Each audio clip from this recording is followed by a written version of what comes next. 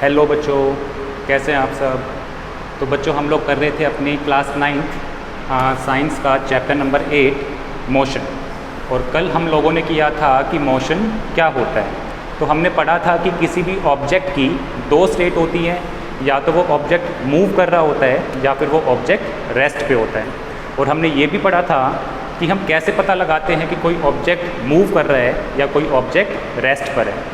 और हमने पढ़ा था कि अगर कोई ऑब्जेक्ट अपनी पोजीशन को चेंज कर रहा है तो वो मोशन में कहलाएगा, और अगर कोई ऑब्जेक्ट अपनी पोजीशन को चेंज नहीं कर रहा तो वो रेस्ट पर कहलाएगा। लेकिन हमने ये भी पढ़ा था साथ में कि जो मोशन होता है वो एक रिलेटिव टर्म होती है, कि एक ही ऑब्जेक्ट दो अलग अलग पर्सन के लिए रेस्ट पे भी हो सकता है और मोशन पे भी हो सकता है। एक एग्जांपल हम लोगों ने लिया था कि दो पैसेंजर बस के अंदर ट्रैवल कर रहे हैं, तो वो दोनों पैसेंजर आपस में एक दूसरे के लिए क्या होंगे, रेस्ट पर होंगे। लेकिन वो पर्सन जो बस के बाहर कहीं खड़ा होगा उनके लिए वो दोनों किस में है, मोशन में है। कारण कि जो बस में बैठे हुए हैं वो तो साथ ही बैठे हुए हैं ना, कि अगर लेफ़्ट में बैठा हुआ है कोई पर्सन तो वो लेफ़्ट में बैठा है, अगर इस पोजीशन पे है तो भी लेफ़्ट में बैठा है, थोड़ा आगे जाने के बाद वो कहाँ पे बैठा हुआ है, लेफ़्ट में ही बैठा हुआ है। लेकिन अगर कोई पर्सन बस के बाहर है, वो बाहर खड़े उन दोनों को देख रहा है, तो उनके लिए वो किस में है, मोशन में, क्योंकि वो पर्सन अपनी पोजीशन पे है। लेकिन जो बस है वो स्पीडली क्या हो रही है, आगे की तरफ जा रही है, अपनी पोजीशन को चेंज कर रही है, तो पैसेंजर का भी जो पोजीशन है वो क्या हो जाएगा, चेंज हो जाएगा। ठीक है, तो सेम ऑब्जेक्ट दो अलग अलग पर्सन के लिए हमारे पास मोशन में भी हो सकता है और रेस्ट पे भी हो सकता है। इसका मतलब मोशन क्या है, एक रिलेटिव टर्म है। ठीक है, कि डिपेंड करता है कि किसके रिलेशन में आप चेक कर रहे हैं कि कोई ऑब्जेक्ट मोशन में है या फिर रेस्ट पर है। एक और बेस्ट एग्जांपल हमने लिया था कि जो अर्थ है वो रोटेट करती है ना, 24/7 आवर्स क्या करती है, वो रोटेट करती है।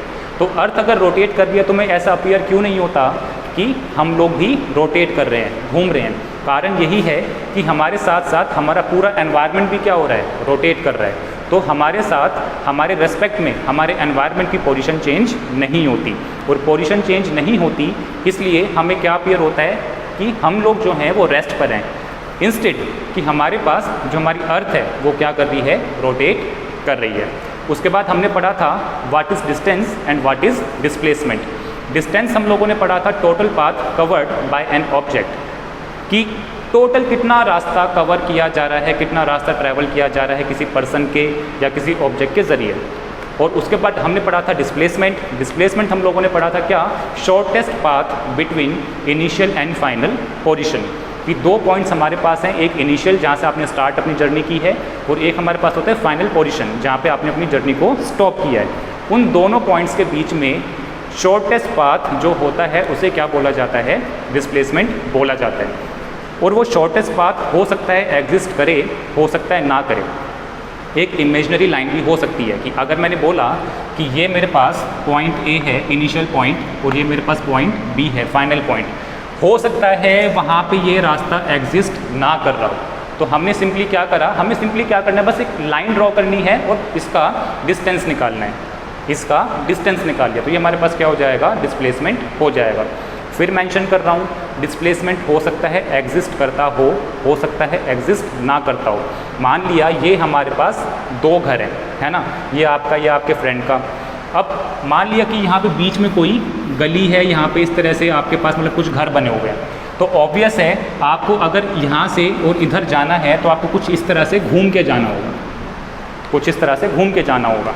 तो ये तो आपके पास क्या हो गया, डिस्टेंस, क्योंकि ये हमारे पास क्या है, द पाथ ट्रैवल्ड, जो हमने रास्ता ट्रैवल किया है। लेकिन जो शॉर्टेस्ट पाथ होगा वो कैसे निकाला जाएगा, इस पॉइंट और इस पॉइंट को अगर मैं स्ट्रेट लाइन से मिला दूँ। तो यही चीज़ मैं कहना चाह रहा था कि जो डिस्प्लेसमेंट है पॉसिबल है कि वो एग्जिस्ट करता हो, और हो भी सकता है कि वो एग्जिस्ट ना करता हो। ओके, तो कुछ एग्जाम्पल हम लोगों ने देखे थे, एक रेक्टेंगुलर गार्डन का देखा था और एक हमने सर्कुलर पाथ का देखा था। आज हम एक और एग्जाम्पल करने वाले हैं, हमारी एनसीईआरटी बुक में दिया हुआ है।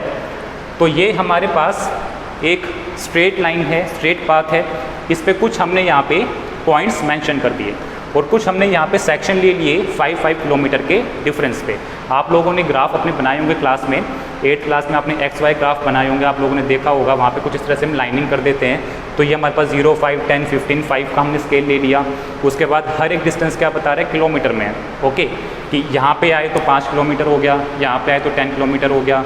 ये हमारे पास क्या है, 0 पॉइंट।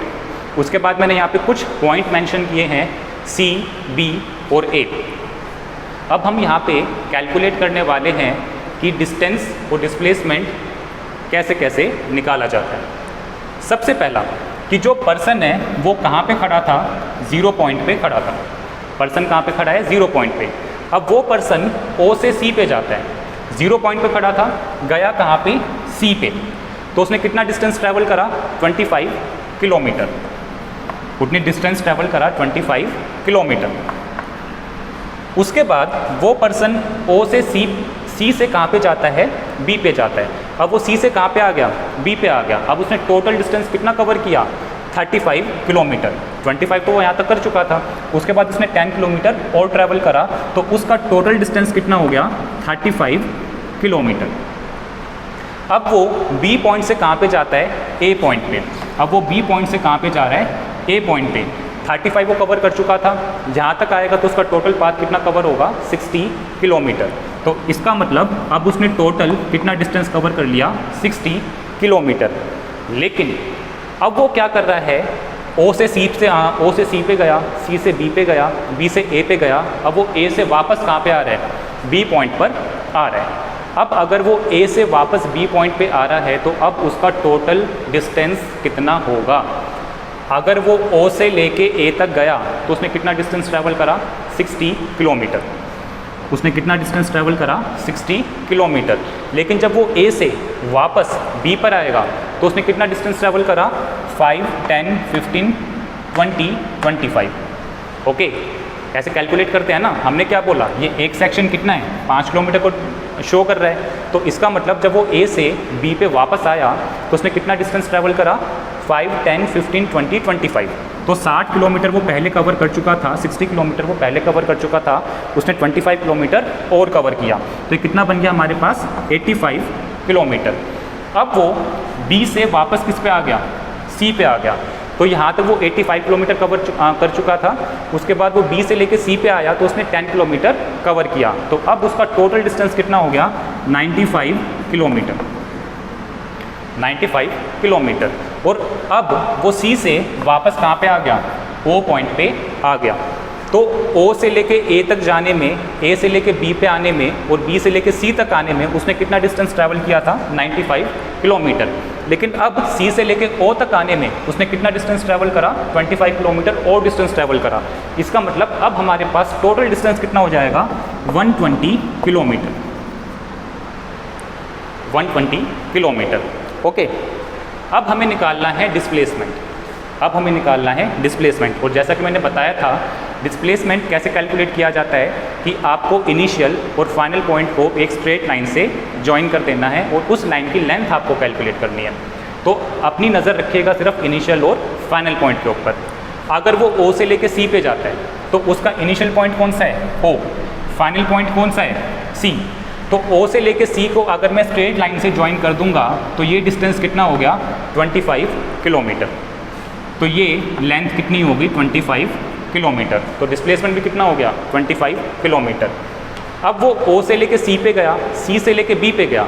अब इनिशियल पॉइंट कौन सा है, ओ, और फाइनल पॉइंट कौन सा है, बी। अगर मैं ओ को बी से स्ट्रेट लाइन से ज्वाइन करूंगा तो ये लाइन कितनी लंबी होगी, 35 किलोमीटर। इसका मतलब अब डिस्प्लेसमेंट कितना हो गया, 35 किलोमीटर। उसके बाद वो बी से कहाँ पे गया, ए पे गया। अब मेरे पास इनिशियल पॉइंट कौन सा है, ओ। फाइनल पॉइंट कौन सा है, ए। अब डिस्प्लेसमेंट कितना हो गया, 60 किलोमीटर। डिस्प्लेसमेंट कितना हो गया, 60 किलोमीटर। यहाँ तक समझ में आया आप सभी को। उसके बाद अब वो वापस आ रहा है। अब वो ए से किस पॉइंट पे वापस आया, बी पॉइंट पे वापस आया। उसकी टोटल जर्नी क्या है, ओ से स्टार्ट हुई, ए पे गई और ए से वापस किस पे आ गई, बी पे। तो डिस्टेंस तो हमने कैलकुलेट कर लिया, लेकिन डिस्प्लेसमेंट क्या होगा। अब इनिशियल पॉइंट कौन सा है, ओ।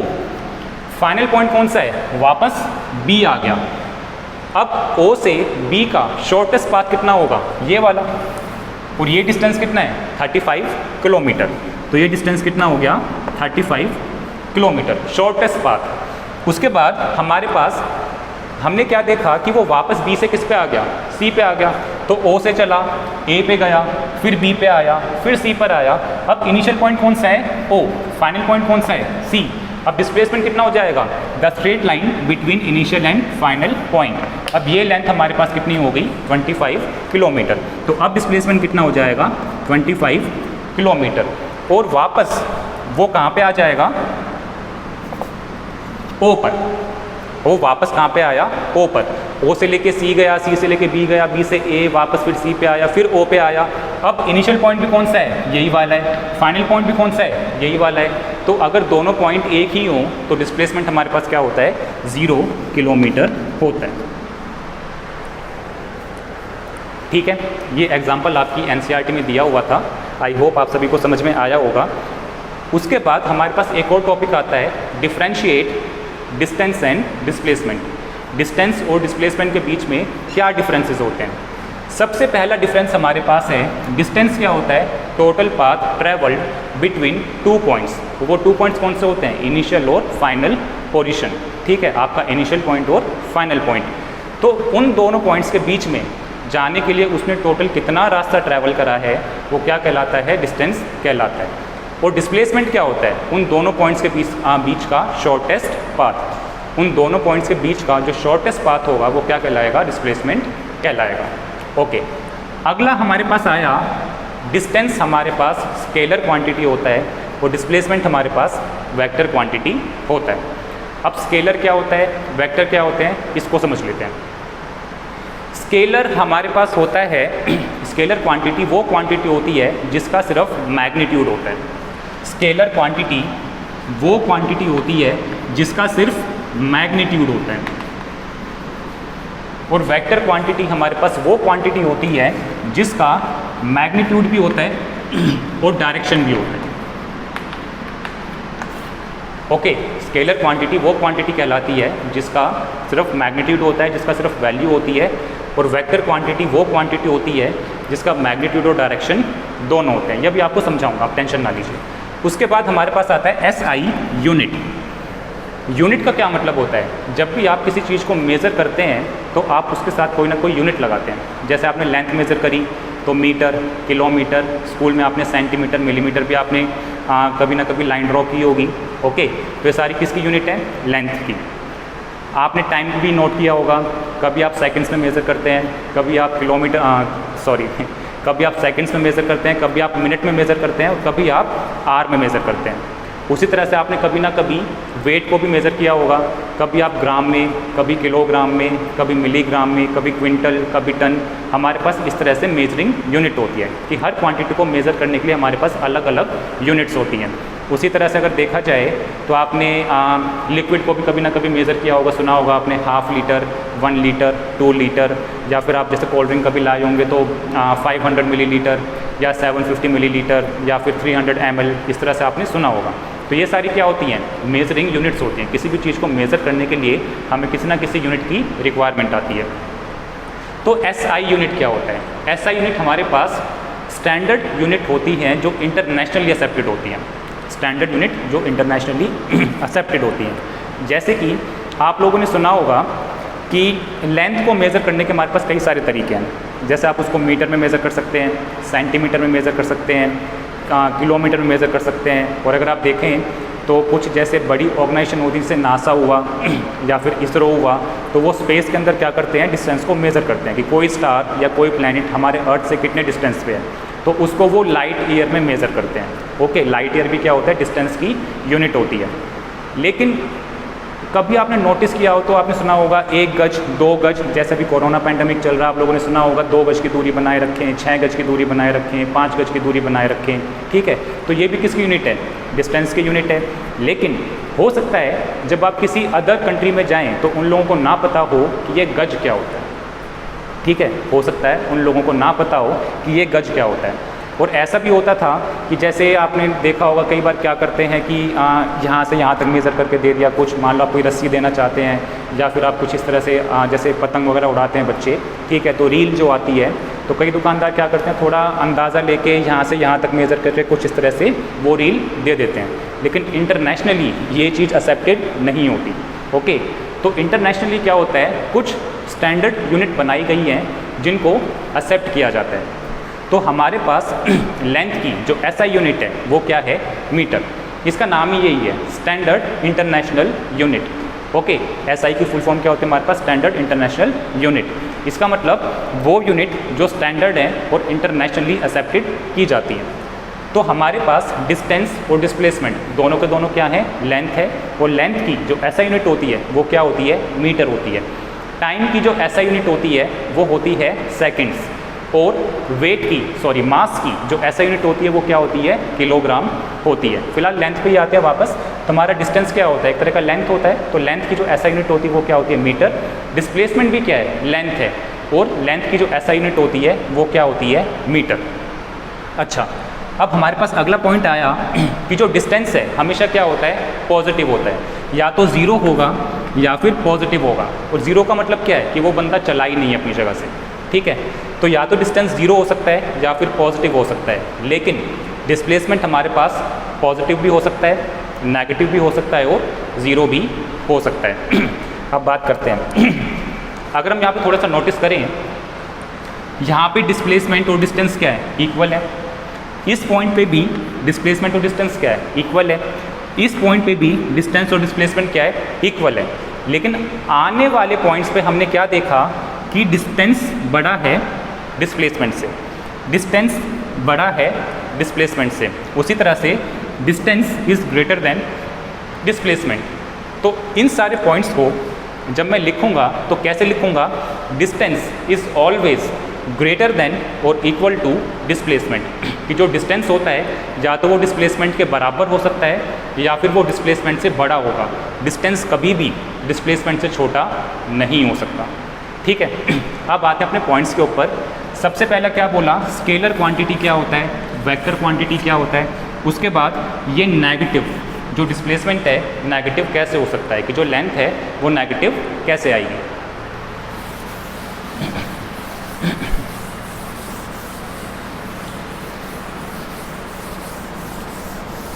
अब देखिए हमने क्या बोला था, स्केलर क्वांटिटी वो क्वांटिटी होती है जिसके पास सिर्फ मैग्नीट्यूड होता है। स्केलर क्वांटिटी वो क्वांटिटी होती है जिसके पास सिर्फ मैग्नीट्यूड होता है।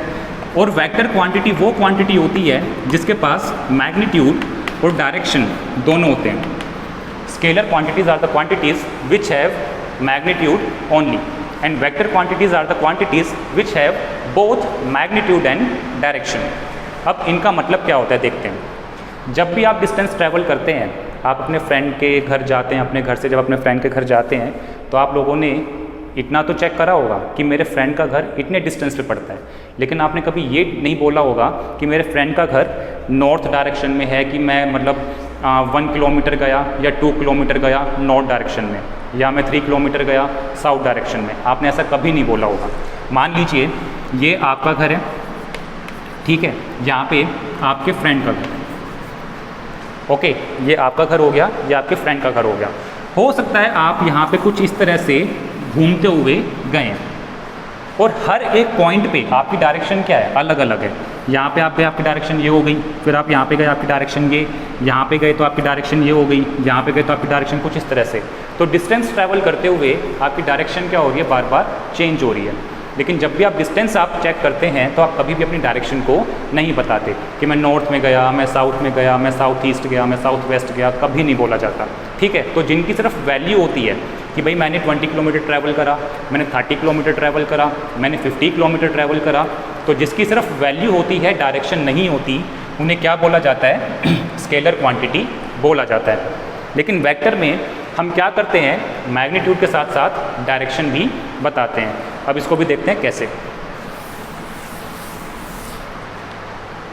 मान लीजिए आप इस पॉइंट ए से चले, आप इस पॉइंट ए से चले और कहाँ पे आए? पॉइंट बी पे। और इन दोनों के बीच का जो शॉर्टेस्ट पाथ है वो मैंने मान लिया 2 किलोमीटर। इन दोनों के बीच का जो शॉर्टेस्ट पाथ है वो कितना है? 2 किलोमीटर। तो अगर कोई पर्सन ए से लेके बी की तरफ जाता है और कोई दूसरा पर्सन बी से लेके ए की तरफ आता है, तो मैंने बोला 2 पर्सन है, एक पर्सन ए, पर्सन बी। पर्सन ए इस पॉइंट पे जा रहा है, पर्सन बी इस पॉइंट पे आ रहा है। तो मैं क्या बोलूँगा? पर्सन ए ने कितना डिस्प्लेसमेंट ट्रैवल किया? 2 किलोमीटर।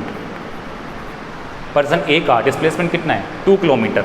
और पर्सन बी का भी डिस्प्लेसमेंट कितना हो जाएगा 2 किलोमीटर। लेकिन जो पर्सन ए है वो किस डायरेक्शन में गया, ईस्ट डायरेक्शन में, और जो पर्सन बी है वो किस डायरेक्शन में गया, वेस्ट डायरेक्शन में। तो आप क्या लिखेंगे कि जो पर्सन ए है उसका डिस्प्लेसमेंट कितना था 2 किलोमीटर ईस्ट,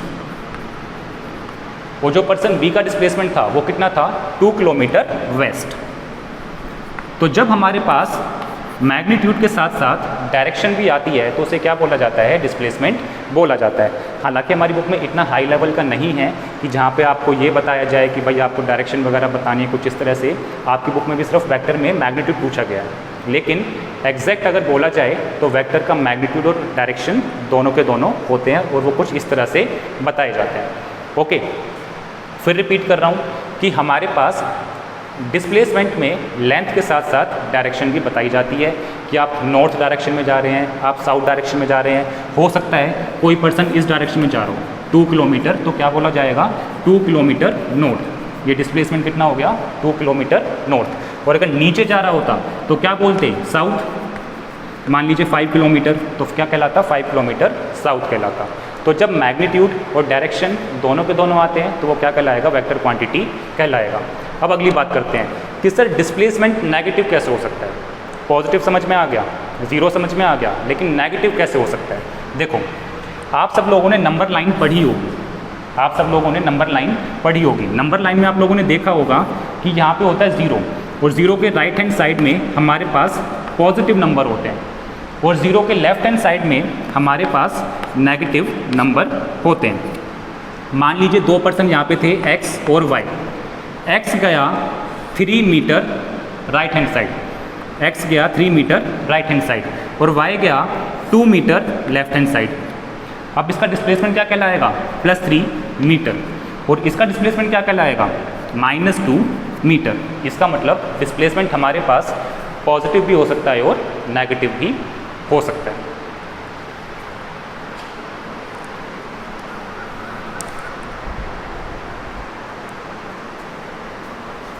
ओके, तो हमारे पास आप ये एक टेबल देख रहे होंगे। इस टेबल में मैंने 3 कॉलम बनाए हैं।